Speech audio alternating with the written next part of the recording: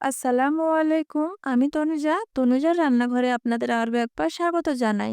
ঘরে থাকা একদম বেসিক মশলা দিয়ে কিভাবে অনেক বেশি সুস্বাদু করে পোল্ট্রির মুরগি বা ব্রয়লারের মুরগি রান্না করা যায়, তারই রেসিপি আজ শেয়ার করছি।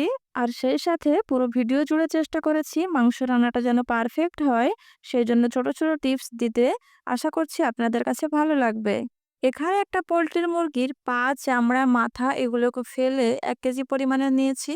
এখন মাংসটা ম্যারিনেট করার জন্য এখানে আমি হাফ চা চামচ হলুদের গুঁড়া, হাফ চা চামচ মরিচের গুঁড়া, হাফ চা চামচ জিরের গুঁড়া, হাফ চা চামচ লবণ ও হাফ চা চামচ সয়াবিন তেল দিয়ে দেব।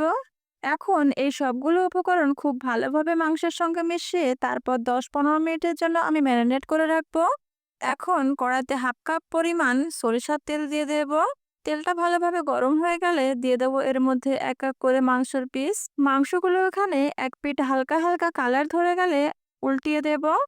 আপনাদের বোঝার সুবিধার্থে যারা নতুন রাঁধুনি তাদের ক্ষেত্রে ২-২.৫ মিনিট মতো এক পাশ করে ভেজে নেবেন। মাংসটা যতক্ষণ ভাজা হয়ে যাচ্ছে ততক্ষণে আমি একটা বাটিতে ১ টেবিল চামচ লঙ্কার গুঁড়া, ১ টেবিল চামচ হলুদের গুঁড়া, ১ টেবিল চামচ জিরা গুঁড়া, ১ টেবিল চামচ ধনিয়া গুঁড়া এবং ১ টেবিল চামচ লবণ কিছুটা পানি দিয়ে ভিজিয়ে রাখলে বাটা মশলার একটা ঘ্রাণ আসে এবং সেই সাথে মাংসটা কষানোর সময় মশলাটা পুড়ে যায় না এবং মাংসের কালারটা খুবই সুন্দর হবে।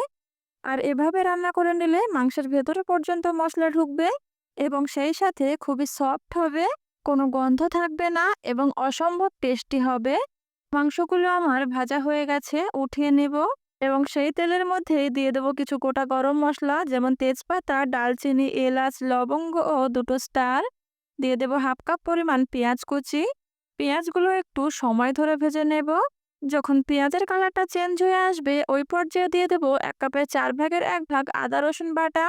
এবারে আদা রসুনটা পেঁয়াজের সঙ্গে ভালোভাবে কষিয়ে নেব যেন কাঁচা গন্ধটা চলে যায়। এবারে আগে থেকে ভিজিয়ে রাখা ওই মশলাগুলো দিয়ে দিলাম। এবারে মশলাটা পেঁয়াজ আদা রসুনের সঙ্গে ভালোভাবে কিছুক্ষণ সময় ধরে কষিয়ে নেব।